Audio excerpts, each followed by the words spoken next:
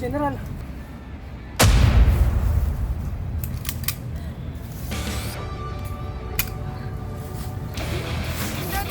General!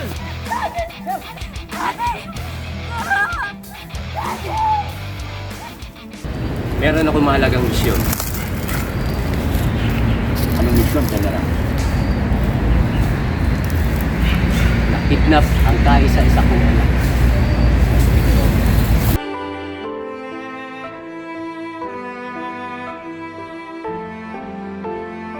Sandali lang po. Bakit Victoria? Gusto ko po sana kayong pasalamatan sa ginawa niyo pong pagliligtas sa buhay. Walang anuman, Victoria.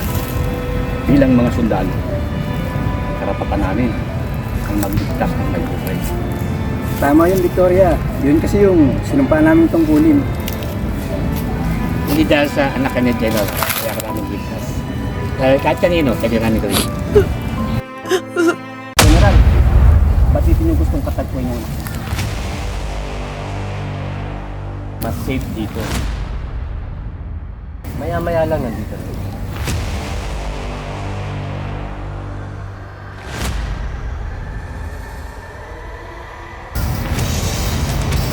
General!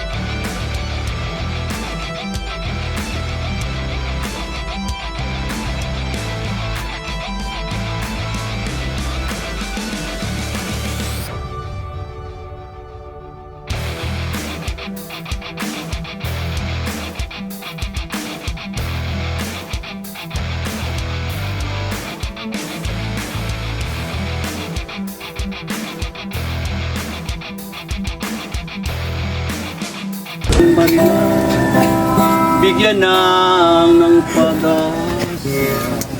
Okay.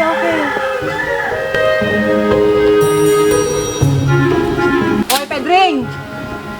Ilang araw ko nang napapansin na hindi kayo nagpapansin ni paring Berto. Pare! Bahala ka kung anong gusto mong gawin. Total, ikaw lang naman ang may pangarap sa ating apat eh. Pedring! Saan naman tayo kukuha ng ganyang kalaking halaga? Aba, kulang pa yung maliit nating naipon. Anak, huwag mong pababayaan ang nanay mo, ha? Pare, baka gusto mong ikaw nang bumili ng kalabaw ko.